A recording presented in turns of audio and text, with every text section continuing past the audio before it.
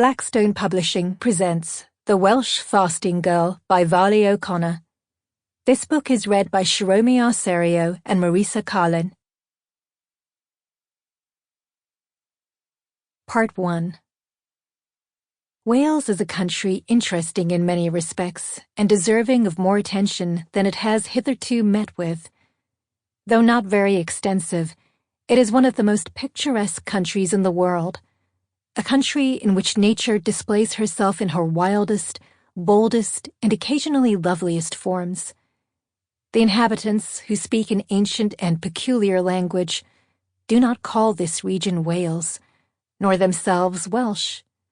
They call themselves Cymru, and their country Cymru, or the land of the Cymru. George Borrow's Wild Wales, 1862. Margaret.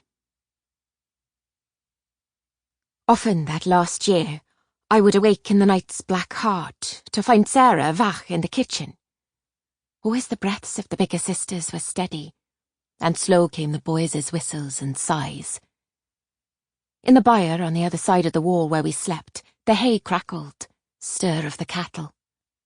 In my nose, their beastie rump smell.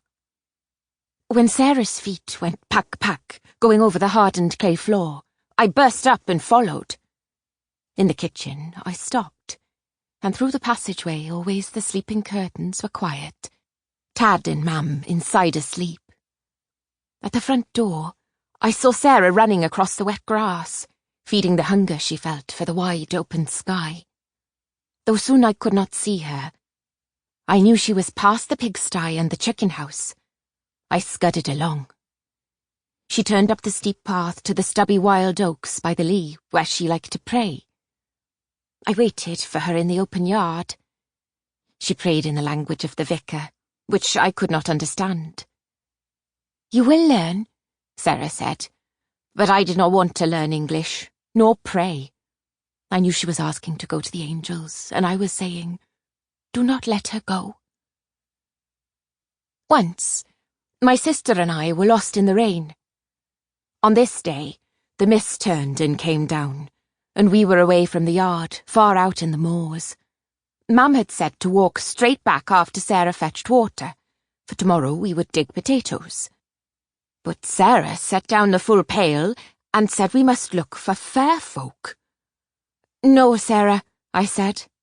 The folk came in the dark for white-headed children like me, stealing them off to the fairyland. They would leave. Sample complete. Ready to continue?